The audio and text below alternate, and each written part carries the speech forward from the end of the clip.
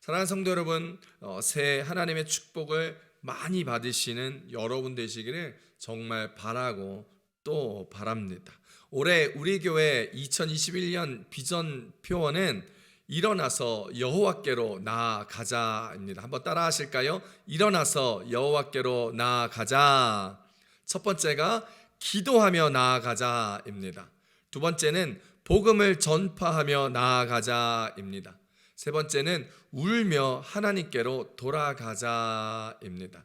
오늘 우리 교회에 허락하신 하나님의 비전 표어를 1년 동안 바라보시면서 정말 일어나 여호와께로 나아갈 때 기뻐하며 복음을 전파하며 울며 하나님께로 나아가고 돌아가는 우리들 되기를 축복합니다.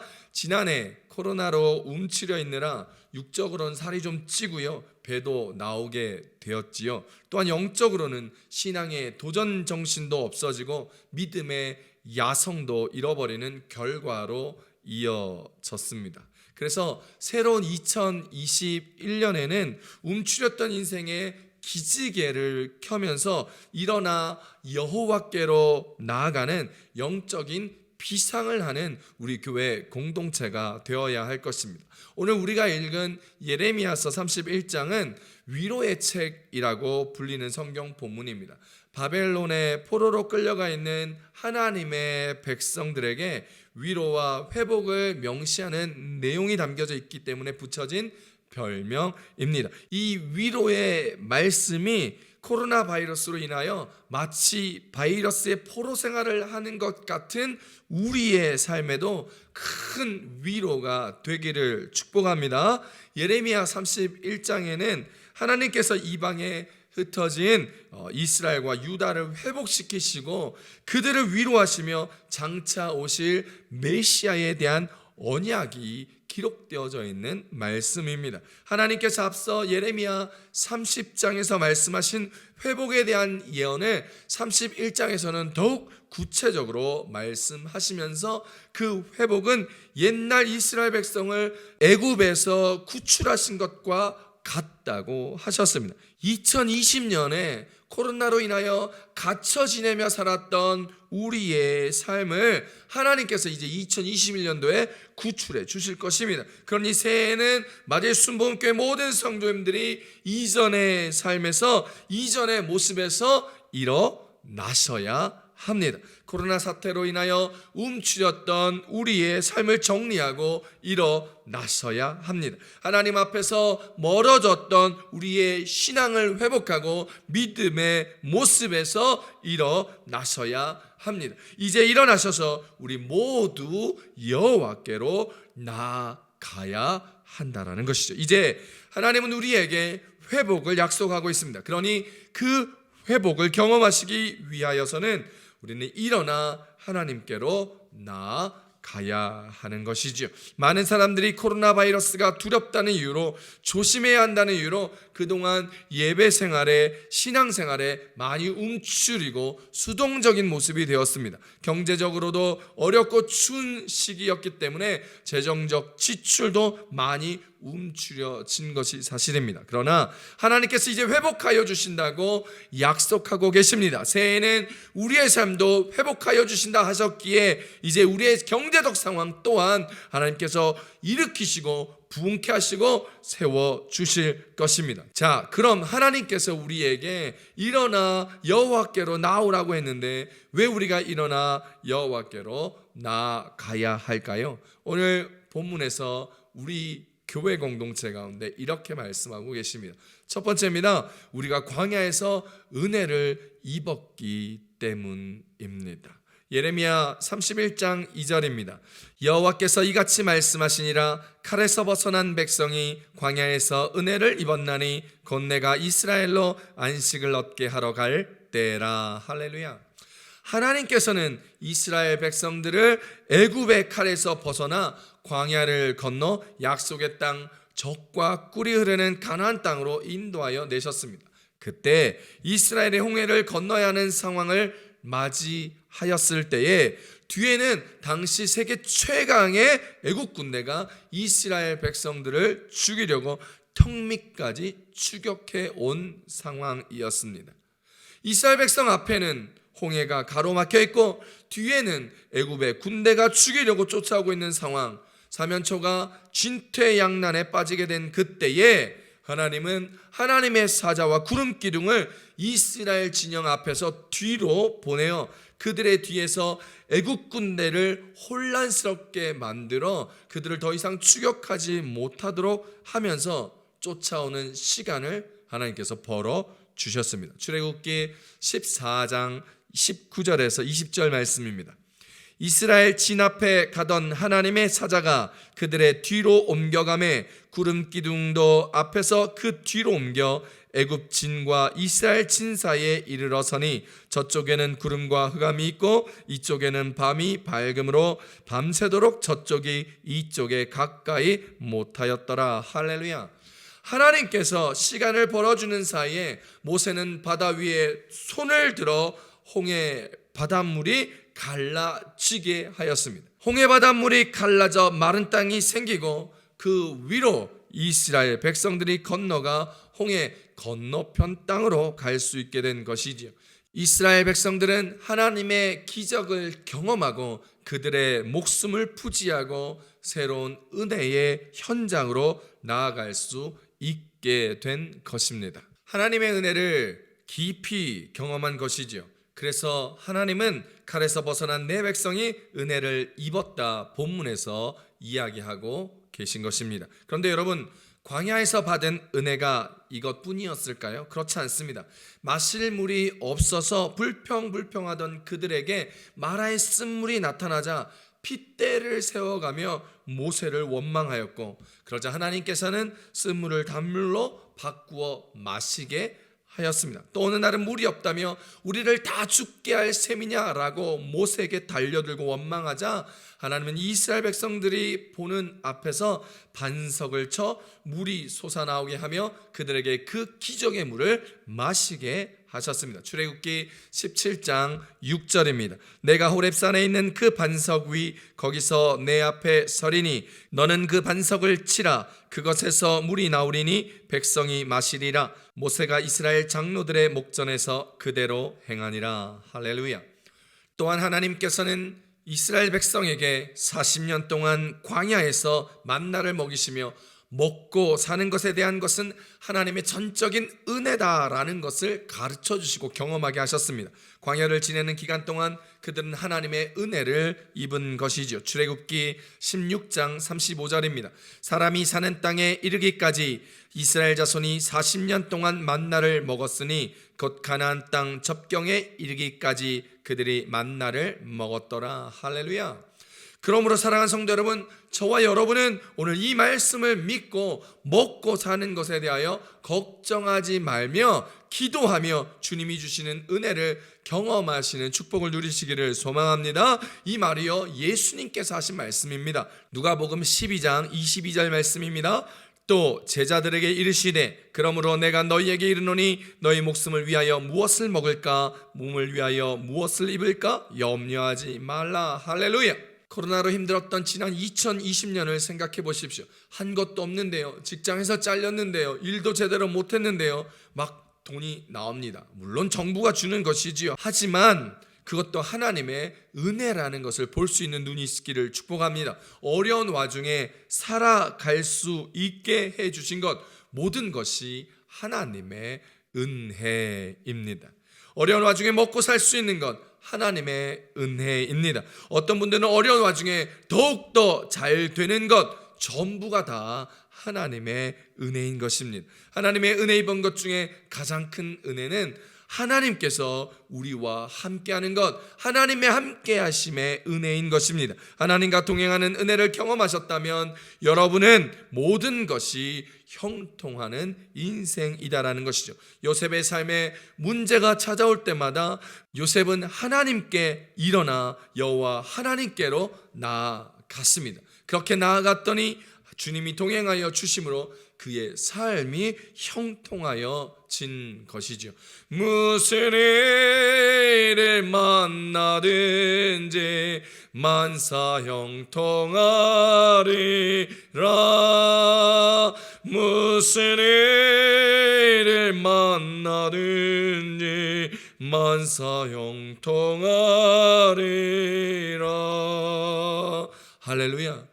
우리가 이렇게 무슨 일을 만나든지 주님의 은혜를 입었다면, 주님이 우리와 동행하시고 계시다면 만사 형통하신다는 사실을 2021년도에 깨닫고 살아가시기를 축복합니다. 그 만사 형통의 한 해가 되시기를 축복합니다. 하나님은 우리에게 은혜를 부어주실 때 처음 사랑하셨을 그때처럼 풍성하게 은혜를 부어주십니다. 에덴 동산에서의 은혜와 축복처럼 우리에게 은혜를 주시고 회복시켜 주십니다. 황폐하고 메마른 우리의 인생에 에덴의 풍성함을 주시기를 원하신다라는 것이죠. 처음 하나님을 사랑했을 때처럼 그렇게 기쁨과 감사와 찬송의 소리가 넘치기를 주님은 우리에게 원하시는 것입니다. 이사야서 51편 3절입니다. 나 여호와가 시온의 모든 황폐한 곳들을 위로하여 그 사막을 에덴 같게 그 광야를 여호와의 동산 같게 하였나니 그 가운데에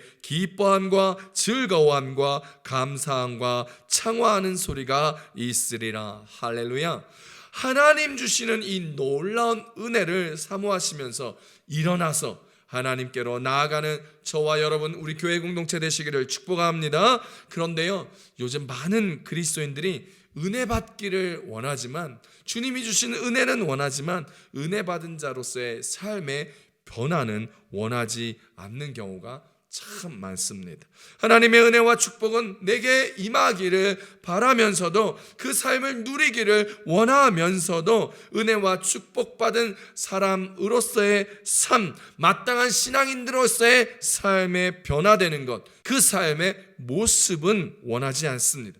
예수님의 기적이 내 삶에 일어나기를 바라지만 대신 내가 포기해야 할 것들을 포기하기를 싫어합니다. 세상의 것 갖고 싶어 하지, 세상의 것 포기하면서까지 예수님의 은혜와 축복을 원하지 않는 경우가 참 많습니다. 많은 그리스도인들이 영적인 것을 얻고 싶어 하면서도 세상적인 것도 같이 얻으려고 합니다. 돈과 부귀와 명예도 얻고 신앙생활도 잘하며 하나님의 축복도 얻고자 하는 것이죠. 그런데요, 그게 잘 안 됩니다. 쉽지 않습니다. 신앙생활을 잘하는 것이 아니라 신앙생활 잘 하려는 것처럼 보이려고 하는 사람들도 많다라는 것이죠. 실제적인 신앙의 대가를 지불하지 않으려 하는 경우입니다. 마치 마가복음 5장에 보면 거라사인 지방의 사람들의 모습과도 같은 것이죠. 그 거라사인 지방에 사는 동네 사람들은 그 지역에 있었던 귀신 들린 2명의 사람들 때문에 너무나 골치가 아팠습니다. 힘들었습니다. 그들이요 너무 사납고 무서워서 그들이 있는 그 길을 지나갈 수 없을 정도로 불편한 상황이었습니다. 그래서 속으로 그랬겠죠. 저놈들 어떻게 쫓아낼 수 없을까? 저 귀신들 어떡하지? 귀신 들린 자도 어떡하지? 그렇게 불평하고 불만스러운 상황이었죠. 그때 예수님께서 그 지역을 지나가다 그들을 만나 그들에게 씌어있던 귀신을 쫓아내고 돼지떼에 들어가게 하시면서 그 돼지떼가 바닷물에 다 빠져 죽게 되었고, 그 귀신 들렸던 2사람은 이제 귀신 나가 이제 정상의 삶으로 살아가 이제 그 지역의 사람들을 괴롭히지 않았습니다. 거라사인 지방의 사람들은 골칫거리가 없어져 너무나 좋았을 것입니다. 그런데요, 동네 사람들은 그 돼지떼가 죽은 것에 놀라 예수님에게 어이구 예수님 감사합니다, 잘하셨습니다, 우리 동네 유하시죠, 함께 식사하시죠, 이렇게 웰컴 주님 우리와 함께 하여 주십시오, 어서 오십시오 하지 않았습니다. 예수님이 부담스러웠습니다. 그래서 예수님이 자기들 동네에서 떠나가 달라고 부탁하시고 떠나게 하였습니다. 예수님이 동네에서 떠나기를 바라고 실제로 예수님은 거의 반강제로 쫓아낸 것과 다름이 없었습니다. 왜요? 돼지가 죽었기 때문입니다. 돼지떼가 죽음으로 그 동네 사람들의 금전적 손실이 있었기 때문입니다. 돼지 주인들이 귀신 들린 자의 문제가 해결되어 참 좋았지만 그러나 그것으로 말미암아 자신의 재산상의 손실이 있던 것을 불만으로 나타내며 예수님을 거의 쫓아낸 것이죠. 오늘날 우리의 신앙이 이와 같습니다. 우리가 예수님께 은혜를 받기를 원하나 은혜를 입은 것에 대한 대가를 치르고 싶어 하지는 않습니다. 그래서 주님을 제대로 믿을 수가 없는 것이죠. 걱정돼서 두려워서, 성공하지 못할까봐 두려워서, 돈을 잃을까봐 걱정돼서, 세상에서 누리던 것을 누리지 못할까봐 염려되어 은혜를 받은 다음에 내 안에 깊이 들여오려고 하는 예수님을 애써 마음 밖으로 자꾸 밀어내는 것입니다. 됐어요 주님, 거기까지면 충분합니다. 바로 선택적 은혜입니다. 내가 받고 싶을 때만 은혜를 받겠다는 거죠. 내가 받고 싶은 만큼만 은혜를 받겠다는 것입니다. 은혜를 주시는 주체가 하나님, 예수님, 성령님이 아니라 은혜를 받고 싶은 주체가 내가 되어야 된다는 것입니다. 그 은혜의 양도 내가 조절하겠다라는 신앙의 형태입니다. 하나님의 주권을 거부하고 내 주권, 내 중심의 신앙으로 살아가겠다는 것이지요. 하나님이 주시는 은혜 잠깐만 보류할게요. 내가 받고는 싶지만 필요한 순간에 그때 주세요. 잠깐 킵해 두시면 안 될까요? 이겁니다. 요즘 코로나19 상황 때문에 이런 사람들이 더 많아졌습니다. 우리의 신앙이 선택적 신앙, 선택적 믿음으로 가고 있는 것이죠. 내가 듣고 싶은 것만 듣는 선택적 예배, 내가 순종하고 싶은 것만 순종하는 선택적 순종, 내가 가고 싶을 때만 교회 가는 선택적 주일 성수, 말씀을 듣고 성경을 보지만 내가 죄짓고 있는 것에 대하여 말씀하시는 성경의 구절들은 덮어버리고 좌우의 날쓴검처럼 들리는 설교 말씀은 그냥 꺼버리며 말씀대로 살아가라고 권면하는 교회는 안 다녀버리고 옮겨버리는 것이죠. 그럼에도 사랑한다고, 그래도 힘내라고 그렇게 말하는 설교만 듣고 싶고 그런 교회만 찾으니 죄를 짓고 있는 것을 돌이키지 않으려고 하고 죄의 자리에서 떠나려고 하지 않고 말도 안 되는 신앙의 합리화를 통하여 주일 성수는커녕 모든 신앙생활이 나의 마음의 불안을 없애는 데만 치중하여 필요한 무속 신앙으로 전락시키면서 교회를 다니거나 인터넷 설교를 듣는 사람들이 너무나 많아지고 있습니다. 은혜를 원하나 은혜 받는 삶을 원하지 않는 사람은 구원을 받고 싶으나 구원받은 사람으로서의 삶을 원하지 않는 것과 같습니다. 이런 사람들은요, 하나님이 주시는 은혜와 구원을 경험할 수가 없습니다. 혹시 여러분이 그러고 계시다면 이제 그런 선택적 신앙과 선택적 믿음과 삶에서 일어나십시오.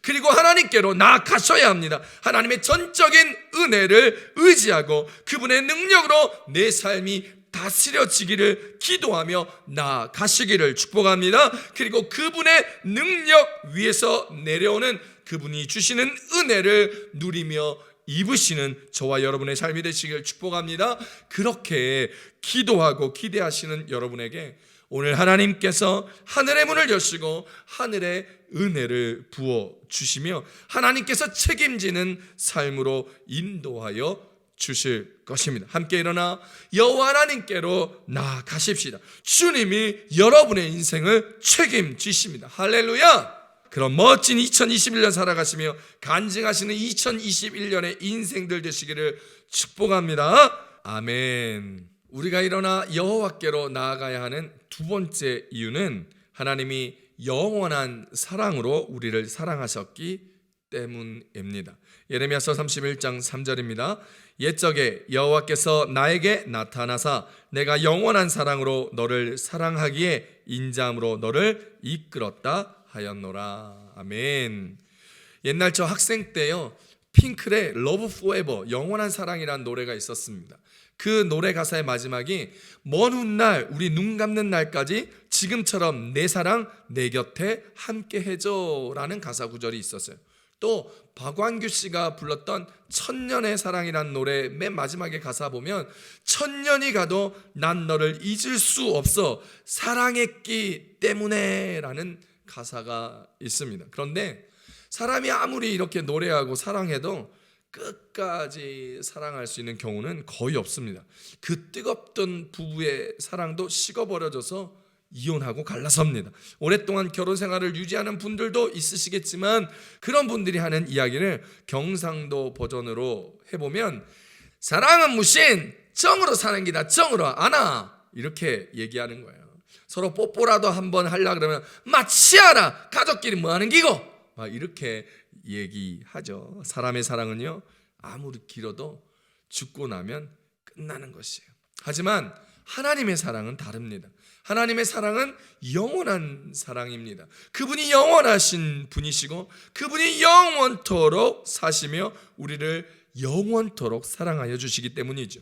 우리 또한요, 우리의 육신의 죽음 뒤에 영원한 생명을 얻었기에 그 영원한 생명으로 주님과 함께하며 하나님의 그 영원한 사랑을 받는 존재가 된 것입니다. 하나님은 태초에 우리를 창조하실 때부터 영원하신 하나님의 사랑으로 우리를 지으셨습니다. 아담과 하와가 선악을 분별하는 열매를 먹음으로 하나님의 말씀에 불순종하게 되어 에덴에서 쫓겨날 때에도 그분은 영원하신 사랑으로 그들에게 가죽옷을 지어 입히셨습니다. 세상의 전부를 물로 심판하실 때에도 그분의 영원하신 사랑으로 노아를 택하시고 그에게 방주를 준비시키시며 그 사랑으로 새롭게 인도하여 주셨습니다.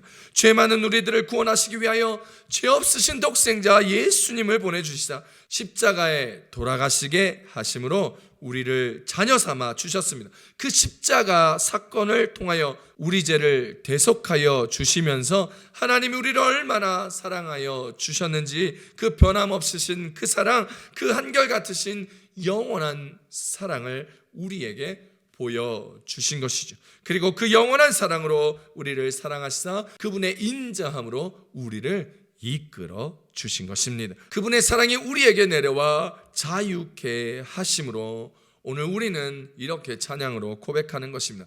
그 사랑이 내려와 날 자유케 하셨네. 영원히 나는 주님의 것. 할렐루야. 주님의 그 사랑이 내려와 우리를 자유케 하신 것, 그렇습니다. 하나님의 영원하신 사랑으로 우리를 구원하여 주시고 우리를 죄에서 자유케 하셨으므로 우리는 하나님께 속한 자들이 되었습니다. 이제 그 영원한 사랑을 기억하며 이제 우리가 다시 일어나 여호와께로 나아가야 합니다. 그 사랑을 기억하셔야 합니다. 이제 우리는 2021년 그 기억된 하나님의 영원한 사랑을 나누어 주어야 합니다. 그 사랑은 나누어 줄 때 더욱 선명하게 기억되며 그 사랑은 나누어 줄 때 더욱 깊이 체험되게 되는 것입니다. 이제 받은 하나님의 영원한 사랑을 여러분의 가족들에게 풍성하게 나누어 주십시오. 여러분의 이웃들에게 풍성히 나누어 주십시오. 그런데 그 사랑 나누어 줄 때 내가 나누어 주고 싶은 사람에게만 나누어 주면 안 됩니다. 내가 나누어 주고 싶은 사람, 나에게 잘해주는 사람에게 그 사랑을 나누어 주기만 한다면 그것은 나의 선택적 사랑입니다. 하나님은 저와 여러분이 선택적 사랑을 하기를 원하시지 않습니다. 만약에 하나님께서 선택적 사랑을 베풀어 주셨다면 저와 여러분은 그 선택적 사랑의 1차 커트라인에서 탈락되게 되어 사랑받지 못하고 구원받지 못한 사람으로서 음부에서 이를 갈며 울고 있는 사람이 되었을 것입니다. 그러니 우리의 선택적 사랑을 해서는 안 됩니다. 원수 같을지라도 하나님의 사랑을 나누어 주십시오. 손해보는 것 같은 그 사람에게도 그 하나님의 사랑을 나누어 주십시오. 돌려받지 못할 것 같은 그 사람에게도 그 사랑을 나누어 주십시오. 왜냐하면 그분들이 바로 내 앞에 있는 주님일 수 있기 때문입니다. 주님은 지극히 작은 소자에게 한 것이 내게 한 것이라 말씀하셨습니다. 마태복음 25장 40절입니다. 임금이 대답하여 이르시되 내가 진실로 너희에게 이르노니 너희가 여기 내 형제 중에 지극히 작은 자 하나에게 한 것이 곧 내게 한 것이니라 하시고, 할렐루야. 제가 목회를 하다 보니요, 좋을 때만 있는 것이 아니더라고요.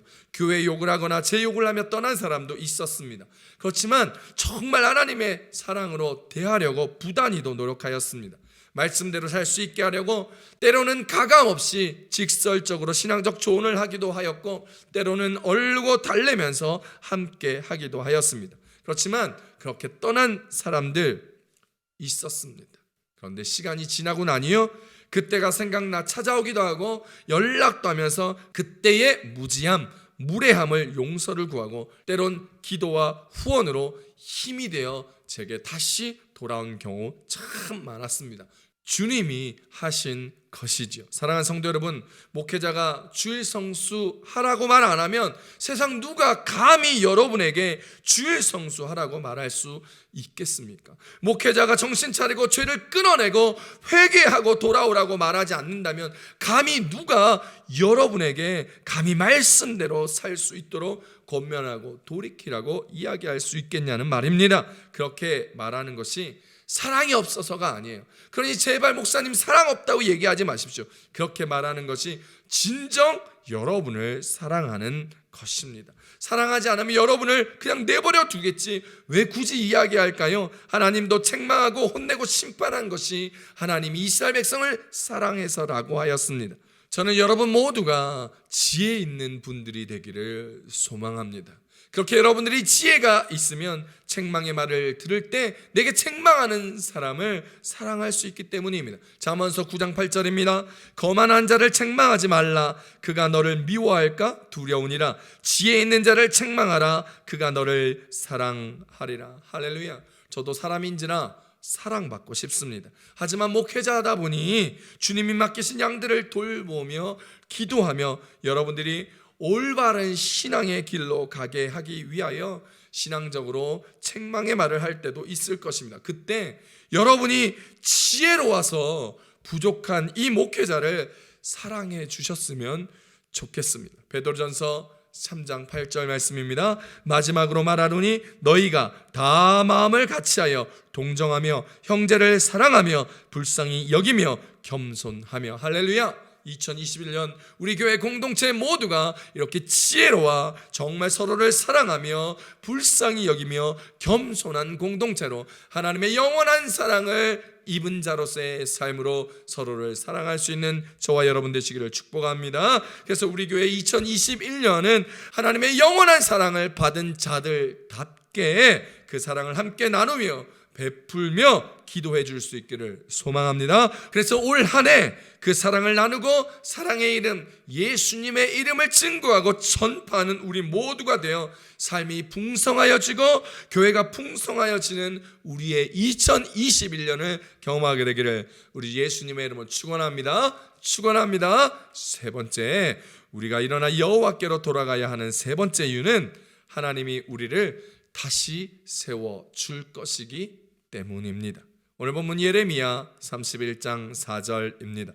전혀 이스라엘아, 내가 다시 너를 세우리니 내가 세움을 입을 것이요 내가 다시 소고를 들고 즐거워하는 자들과 함께 춤추며 나오리라. 할렐루야. 몇 년 전에요, 가톨릭 교황이 우리나라를 방문한 적이 있습니다. 그때 제가 TV로 보았는데 엄청난 인파가 그 가톨릭 교황이 지나가는 길에 모였더라고요. 교황 얼굴 한번 보려고 그분이 한국에 오신 것을 환영하려고 모인 모습을 보았습니다. 또 연예인들이 방송국에 갈 때 연예인들의 팬들이 그들 앞에서 그들이 내리는 차 안에 얼굴 한번 보려고 사진 한번 찍으려고 피켓을 들고 팻말을 들고 그렇게 나와 있는 모습들을 보았습니다. 팬덤이 대단하더라고요. 요즘 가장 팬덤이 강력하고 제일 핫한 연예인들이 BTS 방탄소년단이라고 하더라고요. 그런데 사실 지구에서 가장 큰 팬덤을 가지신 분은 예수님이십니다. 마태복음 21장에 보면 예수님은 2000년 전에 이미 팬덤을 보유하신 분이셨지요. 예수님이 나귀를 타고 예루살렘에 들어가실 때에 사람들이 예수님이 지나가는 그 길 위에 자신의 겉옷을 마치 레드카펫 깔듯이 자신의 겉옷을 깔아놓고 손에는 요즘 팬들이 연예인들한테 쓰는 팻말처럼 피켓처럼 손에는 종려나무를 들고 흔들며 호산나 호산나 다윗의 자손이여 찬송하리로다 주의 이름으로 오시는 이여 가장 높은 곳에 호산나라고 외쳤습니다. 환호했습니다. 또한 예수님이 십자가에서 죽으시고 부활하시고 승천하신 후에 사도 요한에게 주신 계시의 환상을 보면 이렇게 이야기합니다. 계시록 7장 9절에서 10절입니다.